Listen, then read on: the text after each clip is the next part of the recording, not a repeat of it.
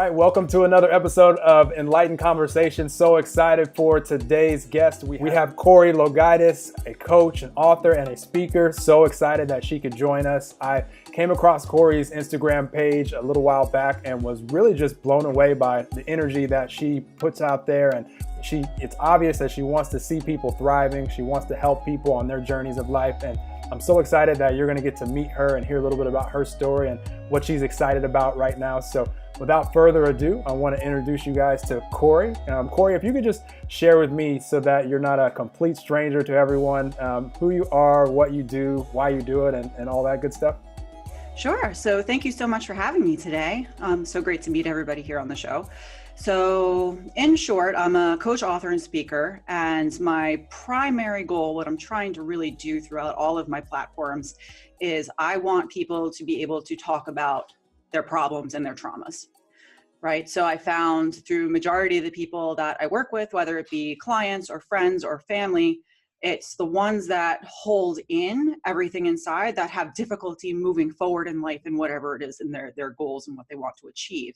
And for the ones that are able to actually, release whatever it is that's on their mind, then from there, it's not only are they helping heal other people, because more times than not, statistically speaking, we hold in our trauma because for fear of, being stigmatized and people not understanding what we went through.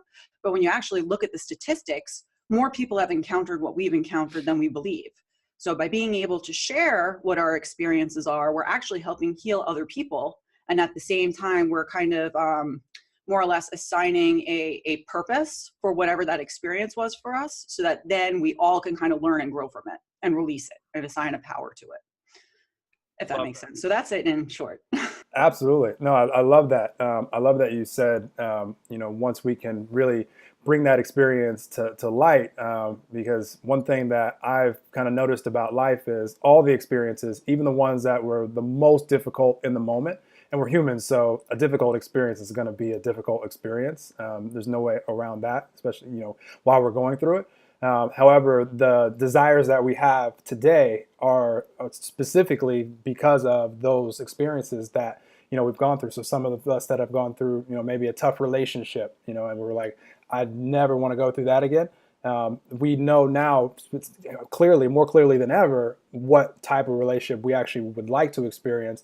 And a lot of that had to do with, the experiences that we've already gone through. So I like what you said about that. Now I'm curious, once you can get someone, and maybe there's like some specific, practices or ways that you found that people feel comfortable, opening up to you, how you kind of go about that. But then also I'm curious, once they do and they kind of, become more aware of, what those traumas might be, and, they're not all, bottled up inside. What are kind of some of the steps that you take them on, beyond that, to kind of start moving towards the things that they do desire now in their life? Sure. So I guess let's take the first one first. So it's, how do you get people to open up about it? So I don't know what it is about me in particular, but for as long as I can remember, I've always been the person in my own social circles that people just, more or less would share their problems with. So, and I think a lot of that is because I've always been very non-judgmental. I accept people for who they are and, wherever they are in life and whatever else. So having that understanding going into a relationship, whether it be a friend or even a stranger, is going to immediately help somebody feel comfortable, in your presence. Another big one is allowing yourself to be vulnerable, which is why, I'm on this kind of mission to get more people to share their story. Because in sharing what you went through, and when you're exposing a vulnerable part of yourself, it helps other people to feel that it's a safe environment to do the same. So I found, even just through my social channels and what I share on there, I've gotten more messages from complete strangers, who I don't know in person, but because of what I've shared that's happened in my own life personally, which for those of you who may not, have followed me before, I talk a lot on my feeds about, I survived miscarriage, I survived an abusive relationship, I had a divorce, and I also, once all the dust was settled and things were going well for me, and I had met the love of my life, I lost him to suicide. So, and all that happened within 4 years. Wow. So there's a lot of stuff within 4 years, and I've been very, very for my own healing, because I knew getting it out of my system, it was going to help me. So even I very publicly even shared it on social. And through doing that, I found, people who had shared similar experiences to me, they were reaching out to me even though they didn't know who I was, because I was so vulnerable and sharing, the very raw details of my healing, with others. So that would be the first thing, I'd recommend as far as getting people to open up. Just be vulnerable and be non-judgmental. Yeah. Would be the two first things. And then I'm sorry, what was the second question? Well, I'm so happy that you shared all of that, because now I'm really interested in the second question, because what I get from you, especially when I've gone and spent some time browsing around your Instagram page, I definitely don't get any sense of someone that because I love that you just shared the things that you've gone through. I sense though that you are stronger than ever, moving forward, loving to help people, and so you're not someone that, again, when we're going through tough parts of our life, there's going to be a period where it's just a rough period when we're in it, when we're in those moments. And then there's those like you that have found a way to move through those things and start creating the things that you want to create for your life, in all areas of life. But then at the same time, you've taken it a step further and now have a mission to help others move through some of the challenges that they've had in their life, and show them how you move through it, but then also you're coaching them to do the same. So my question is, how are you, what are some of those ways, once someone does be vulnerable and kind of get that out there with you, to where they can start now moving in the direction that they want to go now? Mm-hmm. So first steps would be, depending on what it is that you're experiencing. And like I said, statistically speaking, more people have experienced what you have that you're having difficulty with than you believe. So one of the first things I love to recommend is try to find a support group. You could look at meetup.com. There's several free ones. You could look at, local parishes, places of worship. I know, after experiencing the suicide loss, this past summer, I found a suicide loss survivor group that was specific for people who had lost family, friends, and spouses to suicide.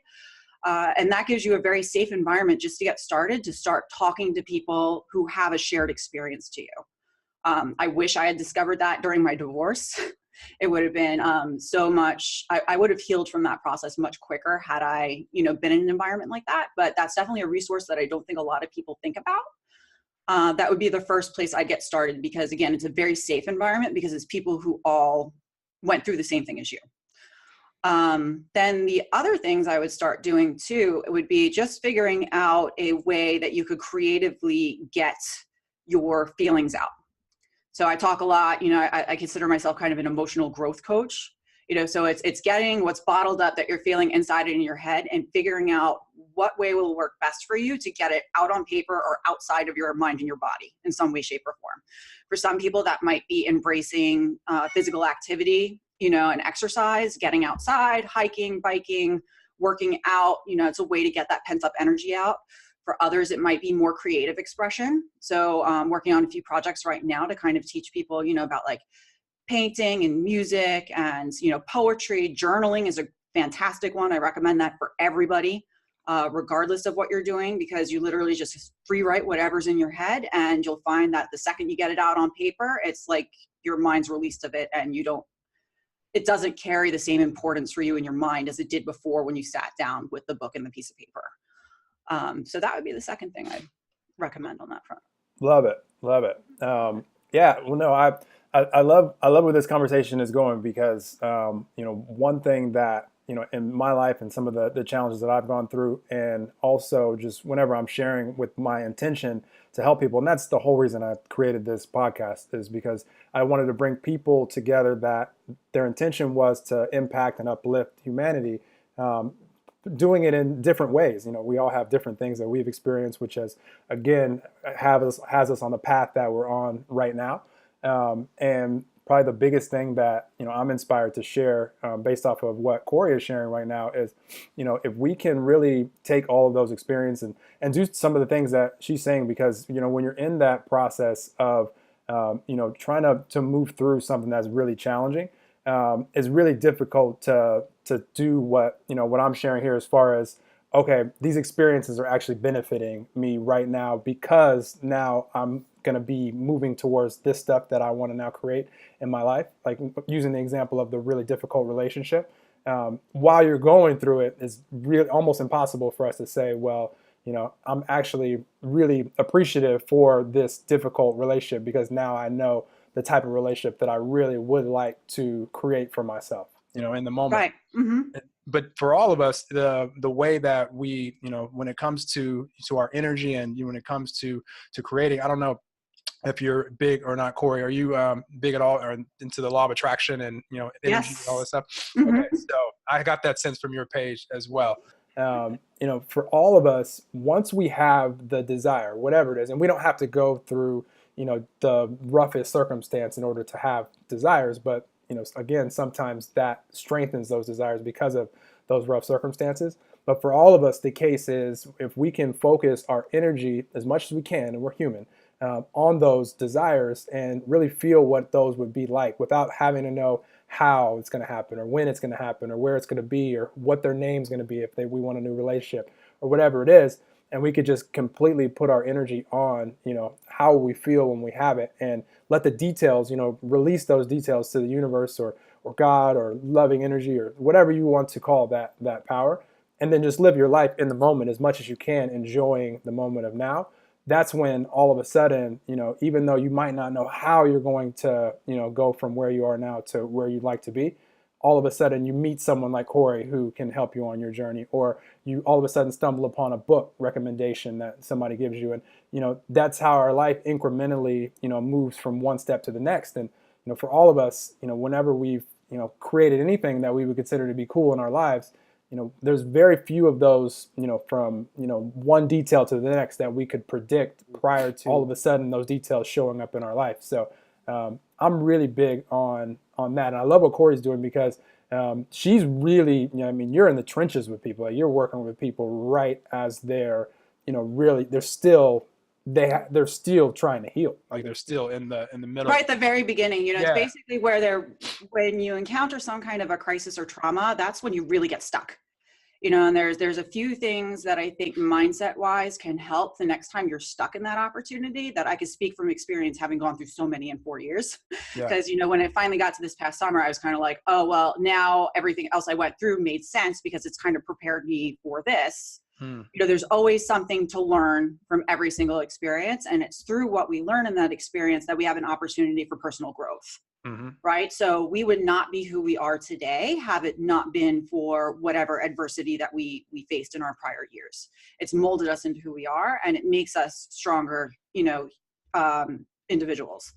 So with that said, when you're in the thick of it, it's difficult in the moment, but you have to remember that there's a purpose for it. That's one of the reasons that my podcast that's launching soon is called the Purpose Podcast. Is to realize, what the purpose that situation has in your life moving forward and what you're going to use it for to propel you forward. Right. So it's not to get stuck and to keep that mindset that things will get better because things always do get better. And, the other thing to remember too is each and every, stop like that. I think one of the biggest things that happens, especially during a crisis or trauma is it's almost like you're starting over again, and there's that pain and that grief in leaving behind whatever life looked like before to then get through whatever that experience is. But another way to look at it is it's an opportunity to reinvent your life and fix everything that you weren't happy with before it happened. So good. Right. So, even, a lot of what I'm doing right now is a result of, me healing from my loss and my grief because I realized, my life career wise was not what I had wanted it to be. So I used the situation as an opportunity to change my career, change who I was working with, change a lot of things just in my day-to-day life so I could spend more time with my son and the people that are important to me, because before all of this, I was working in corporate America, and I was, running 12-hour days. I was commuting an hour and a half each way to work. I wasn't, spending time with the people that were important to me, and after experiencing this loss and understanding that life is so short and we really need to take, each minute and live it to its fullest, it made me reprioritize how I wanted to spend my time. So, instead of wallowing, in the loss and what my life could have been, which I still do. And that's an ongoing process. Anybody that goes through grief can speak to, but I'm trying to use it as an opportunity right now to think, okay, well, now this is a new fresh start. What do I want my life to look like moving forward? And then taking the action steps to get there. I love that. I love that. And you inspired me so much. And one of my favorite things that I think I've seen, because I love social media, because I'm always searching for people that, like you, are uplifting and are just posting things. Like some of your posts. A lot of your posts are just the sole intention that whoever reads this will be uplifted by reading it. Like I know I've already reposted at least one of your things. Do you? I probably will do more because I'll find people that that's their intention. I'll be like, ooh, that's really good. Like I want to uplift someone with that as well. And one thing that I've stumbled upon is, all of us have survived all of our worst days. So it's really, it's challenging to see that, in the moment. And then I love, the title of your upcoming podcast, the Purpose Podcast. And that's along the same lines of, even if we can't really understand what the purpose of something that we're going through or have gone through is right now, there will come a time in our lives where it's very clear to us, wow, like if I wouldn't have gone through that, all this wouldn't have happened and I wouldn't be on this path. Or, even if it's just I had to go through this to meet this amazing person that's now in my life, or have this amazing, career that I'm now on. Like there's so many things. Like I really enjoy that part of life, looking back after things have kind of, manifested, and you're like, wow, like all the stuff that led up to that is just so unpredictable. And it makes life more adventurous, but it also can give us peace where we're not trying to figure it all out right now. Because that's, I see so many people getting anxious with trying to figure out the hows of life before it's not time for us to know all the details yet. Just right. No, and I work a lot, and I'm working on several projects coming up in 2019 that are specifically revolving around stress and anxiety in particular. And a lot of that is just not living in the moment, and fearing what's going to happen in the future, and putting all of your time and attention on that instead of learning how to deal with today. Yeah. And a big thing, that I kind of wanted to add and elaborate on some of the stuff I said earlier too, as far as, trauma and crises, and pain, it's really important that when we're in the thick of what we're going through, whatever that painful experience is, that we fully process and experience the pain. Because ultimately, without that pain, we wouldn't have any kind of contrast for joy later in life when things get good. Right. So that's the whole purpose of pain, is to provide contrast. Because otherwise, if we lived in a world where all we had was happy times and everything was joyous and everything else, we wouldn't appreciate it. Yeah. Right. So it's through, pain's purpose is to contrast joy. When things are bad and things are painful, that's just something to kind of keep in the back of your mind. Things will get better again. I will experience that joy, and it will be that much more fulfilling because I have experienced this pain. Absolutely. Yeah. I always say if everything was always sunshine, rainbows, and unicorns, none of us would really probably be inspired to create anything. Like no, we'd be really bored. We'd just be sitting around you don't go create anything if you have everything already. It's already right. So no, I love that you said that.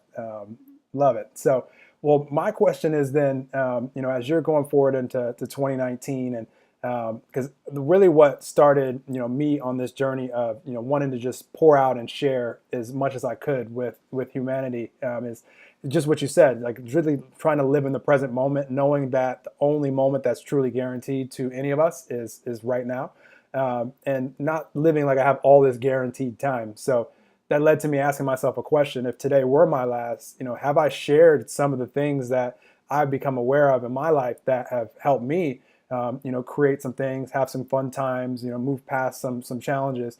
Have I shared all of these things with humanity so that somebody could potentially be impacted by those things long after I'm gone? And that question just, I started pouring out as much as I could, anything that I wanted to share. So for you, going into 2019, I know you've already shared a lot of it, a lot of the stuff that, you're really inspired about, on this podcast. But what's some of those things, or what's something that you're like, I just want to make sure that people are aware of this. If it's the only thing they ever hear from Corrie, you've heard something that's really been impactful for me, and that, potentially could be impactful for you. What's one of those things? Well, I mean, the big thing is, sharing your story. That would be the biggest one. And I mean, that's the whole, I alluded to my podcast earlier, which is going to be launching in January. But the reason I created that, for the same reason that you created yours, is because I wanted an easy way that I could give other people a platform that they could share their story. So my podcast is an interview format where I'm bringing on guests that have experienced everything between, I know for season one, we've got, people who have battled eating disorders, survived natural disasters, sexual exploitation, had life-threatening diseases, and what they did to then channel that experience into something that benefited their personal growth and helped others. So, and the stories have been so inspirational, for me, and I can't wait to be able to, give each of these guests, their own opportunity to share. And it was amazing, even just going through the interviews, how therapeutic it was even for the guests to be able to speak about these challenges, knowing that it was going to make an impact on someone else's life in a positive manner. So that, I think, is the best way that I'm going to be able to share this with everybody, especially going into 2019. And that is really the purpose of everything I'm trying to accomplish right now. Love it. So I've got that going on. And then as far as other things I'm looking at sharing with people, consistency, I'm really, really big on, especially when it comes to social media. And I've done social media for years and years and years in the marketing world. It's much more fun to be able to do it on more of a personal platform now, like I'm doing it now. But interacting with, the people that I follow and who follow me, and finding out what their needs are and how to best service them. Because it's not really about me. So, I could create, anything I think will be beneficial for people, but it doesn't mean that people are necessarily going to engage with it. So I've been doing a lot of work as far as like polling, my audience, and finding out what their true needs are and what are they having difficulty with, and how can I help them, based on my talents and what I have to deliver, to the public and the universe. And I'm learning things that are surprising me, but not in a negative way. But it's interesting because, so much of my work when I had first started, I thought was based on, emotional regulation and stuff like that. And it's really more, stress and, external overload. So I'm getting a lot of comments from people that they feel out of control of their life and they're just stressed out and they don't know where to start. So that turns into that whole anxiety conversation and stuff like that. So, I'm in the very, very early stages. I'm trying to work on some stuff to help out, both clients, my followers, and other people from there. But that's where I'm kind of getting started. Love it. Love it. And I was inspired to say this a few times, and it's popped back up now. I just want people to really know that all of us as human beings are so much more similar than we really understand. Like, all of us have this energy flowing to us and through us, that when we're connected with the energies of love and of passion, and those energies that feel really, really good, there's no difference between, in those moments, between me and Corrie or someone on the other side of the planet, in Beijing, China. We're human beings, and we can take that energy and we can flow it in the direction of things that we want to create. We can flow it in the direction of other human beings to allow them to feel like they're not alone, and that they're part of us as well, and that we can connect with them. And there's 7.6 billion of us on the planet, and so if you ever think that your story, like, no one else has experienced it, and Corrie's alluded to this a few times, in this podcast, you're definitely not alone. There's millions of other people, statistically, that have experienced some of these things. Like, when people, anytime they mention something like, zodiac signs, I'm like, well, there's only 12. So that means we're talking about, there's probably about 600 million people on the planet that have those. So we can't say all of them are one way. Those 600 million people are probably experiencing many different parts of life. And so, I could throw a statistic at you quick, please, which kind of helps. I've alluded, I'm a suicide loss survivor, right? Mm-hmm. So, but, initially I had difficulty talking about it until I found the survivor groups and stuff like that. And it's interesting when I actually did research on it. So in 2017, 800,000 people worldwide died by suicide. Wow. So that averages a person every 40 seconds. Wow. Which is pretty incredible when you think about it. Each suicide loss affects on average 6 people surrounding them. So spouses, family, friends, coworkers. So on average, 6 people are grieving. That comes out to 4.3 billion people around the world just in 2017 that are grieving now as a suicide loss survivor. Over So half. it kind of goes to show you, for me initially, going through the process, that's why it was much easier for me to then just start talking about it, because everybody that I talked to, I learned that they lost a cousin, or they lost a friend, or they lost a coworker. So the main thing that I'm really trying to show people is, there's this stigma, especially when it comes to mental health care, and talking about what our problems are. People don't want to talk about it because they don't want to be stigmatized, yet everybody's been through it. So really the way to destigmatize the situation is to just start talking about it, because more people understand what we went through than we're led to believe. Absolutely. Mm-hmm. Absolutely. I love what you're doing, Corey. And I mean, because you're, like I said, you're right there in the trenches, as far as you've been through it, you've experienced it, and you didn't stay stuck. You went through, and you're going through what you've had to go through as a human being, and you're moving forward in your life. But then again, taking it a step further than that, and wanting to connect others to each other so that they can grow and be benefited, and helping them with their process. Like, I love that. If you're listening to this podcast right now and you have, statistically, you probably have someone in your life, 1 out of every 2 people that are listening to this right now, that are experiencing this. Definitely make sure you connect them to Corrie's social media, bare minimum, so that they can even be positively uplifted by the things that she's sharing and the things that she's creating. Because I think it's awesome. I love where you're meeting people. You're meeting them right where they are right now, and that's really cool, because I mean, you can't really move forward and create all this stuff if your energy is solely on the process of whether it be blaming or staying in grief forever. Like, at some point you have to, they have to know that it's okay. Like, you'll be able to move through this. Right. What you're going through is okay. What you're going through, and that's what you're doing for people. Mm-hmm. It's The fantastic. only way out is through. Yeah. So you got to meet people where they're at in order to be able to guide them through it. Absolutely. Absolutely. So.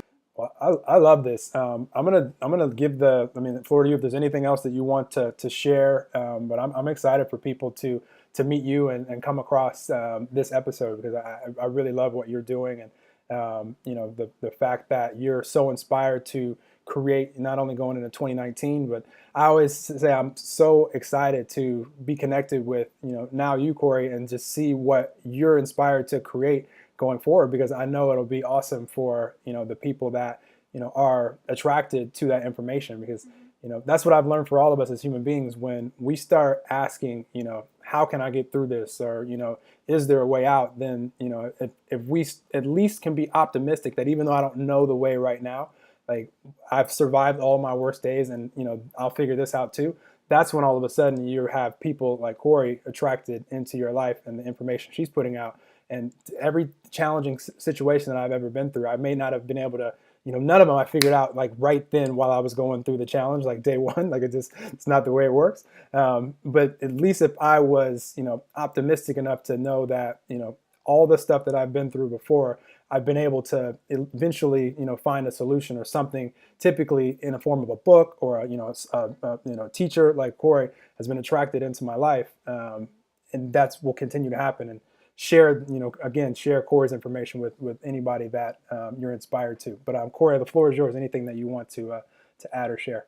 Yeah, sure. No, I'll share one tip that'll help anybody that's in like a really bad place right now. If you're just like really depressed and you don't know what to do, where to start. So the first thing I always recommend to people, if you don't have one already, is to start a gratitude practice.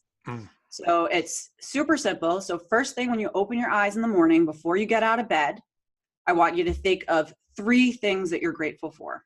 Now, where I think most people get tripped up is they think it needs to be something super grandiose. Like, I'm grateful for sunshine and rainbows and unicorns, and, which isn't realistic if you're depressed. It's just not. So be thankful for something silly and small. It could be, I'm glad I did laundry yesterday and I don't have to do it today. Or I was talking to somebody earlier this week. She was grateful that she found a missing shoe. Nice. So it could be something incredibly like trivial, but by setting up 3 things that you're grateful for each morning, it's going to kind of reverse engineer your mindset for the rest of the day, that it's going to put you in a more positive place. And if you repeat it on a day by day basis, like I said, the only way out is going through it. And the easiest way to do that is to take things day by day. When you wake up in the morning, say, I just need to get through today. What's going to make me happiest and make me feel the best today in order to get through it. The gratitude process really, really helps with that first thing in the morning. And the more that you do it every day, you're going to find that, after doing it for a few weeks, you are going to be grateful for sunshine, and warm weather and all those other more grandiose things, because it's been a practice that you're involving in your life. You're changing your mindset and you're helping slowly dig yourself out, but at least you're taking control of the situation instead of letting the situation take control of you. That is so good. Okay, I have to piggyback on that because what Corey was just describing is literally every day we think on average about 70,000 thoughts as human beings, and by the time we turn 30, about 90% plus of those have become habits for us. So we're creating this habit of thought, and for some that might be a habit of being frustrated or worried or depressed. For some it might be a habit of being happy and joyful. But we're creating these habits, and when we start experiencing challenges in our life, it can be really easy to start waking up in the morning and the first thing that you go to are all the things that are really challenging in our life. And so what Corey is describing, to find those 3 things, and I love how you said it could just be doing laundry or finding a shoe. That's fantastic. I always tell people, I don't care what it is, anything that you can find appreciation for, because that's my advice too. Because when we're sleeping, we actually have the choice first thing when we first become aware that we're awake, to set the energy of our day, where we choose to set it. And again, it's really easy to just allow our minds to slip back into what's become habit for us. Or if you can start creating a new habit, like Corey is saying, we're just finding 3 things to be grateful for. And you don't have to stop it. I mean, if you have some extra time in the morning and you find your brain feeding you even more things to be grateful for, hey, ride it out. And my challenge for everybody is always just to see how much they can go through the day in that energy. Don't beat yourself up if all of a sudden you slip up, because I mean you're human, and it's statistically it's not likely that you're going to be in that energy all day, especially if your 70,000 thoughts yesterday were totally in another rougher place.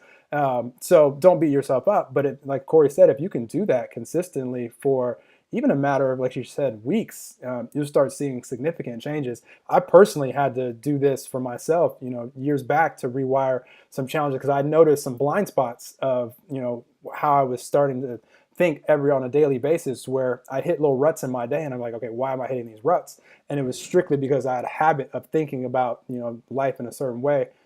Part of it also years ago was when I was in corporate America. You alluded to that. I had my hour-and-a-half Los Angeles traffic journey as well. That's another story. But yeah. So what Corey just said is, it's so good on so many different levels, because these days, science-wise, they can measure all these things, and they literally know that we're thinking this many thoughts per day, and as human beings, the older that we get, they just really become almost hardwired to us, unless we become aware of them and choose to start doing something different and creating new habits, because all of us can always change and rewire those things. So I love that. Do that, you'll see big differences. You alluded to something really important too that I wanted to kind of add to. So that if you miss a day or you don't feel like it like one day, don't beat yourself up on it. Yeah. That's why it's so important to kind of take your life day by day and live in the moment. And when you have a bad day like that, don't beat yourself up and just kind of really live in it, because there's a reason that you're having a bad day like that. And it's supposed to be because you really need to fully feel the depths of why you feel that way, and don't just push it away, and pretend that you're happy. Like, just, if you're going to be really unhappy, just be unhappy and, dredge yourself through it. If you want to eat a pint of ice cream and binge on Netflix that day instead of going to the gym, there's nothing wrong with that if that's what you need in the moment to feel happier later. So taking it day by day, that puts kind of less pressure on you to live to perfection all the time, and really allows you to kind of better regulate how you're feeling in that certain moment and what you need in that moment to kind of get you to where you want to go. So Absolutely. I thought that was a good thing to add. Absolutely. I love that. And we can leave the conversation there, because if you do allow yourself to live day by day, really that's the only thing that you have control of anyways is right now. So no need to put extra pressure on yourself of, now I'm not going to hit my monthly goal because I was bad these last 2 days. But I missed my 3 gratitudes today. yeah, I It's mean, not a big deal. It's start where you are now, do what you can do with what you have from where you are. And that is all that you ever have control over. And now that you're aware of it, you actually can choose to go, and make, today, make tomorrow, the best day that you can make it. And it's okay. I always said it was okay to have, desires, that we're all going to have them. It's the fun part of life that can pull us there when we get to that point where we're like, okay, I'm really excited to create this. But at the end of the day, right now is all that matters, because it's the only thing that we're really experiencing as human beings is now. So I love that, Corrie. Thank you so much for sharing. Anything else that you want to add? And I'm going to close it out. If not, no, I'm good. Thank you so much for having me on the show. This has been an absolute pleasure. Love it. Love it. Well, all of Corrie's information will definitely be in the description. Connect with her on social media. And, if you're inspired to connect with her on a coaching basis, or anything that you're inspired to, reach out to Corrie, ask her any questions that you have. Thank you again for coming on. Thank you guys for tuning in to another episode of Enlightened Conversations. Share this with anybody that you're inspired to share it with, because, if that person popped in your mind, they will be very grateful. You might be the vessel that is delivering to them, their next step on their journey. And it always feels good to empower another human being. So I'm super excited for all of us. Keep enjoying the moment. And I'll talk to you guys really, really soon on another episode of Enlightened Conversations. Have an amazing day, everybody.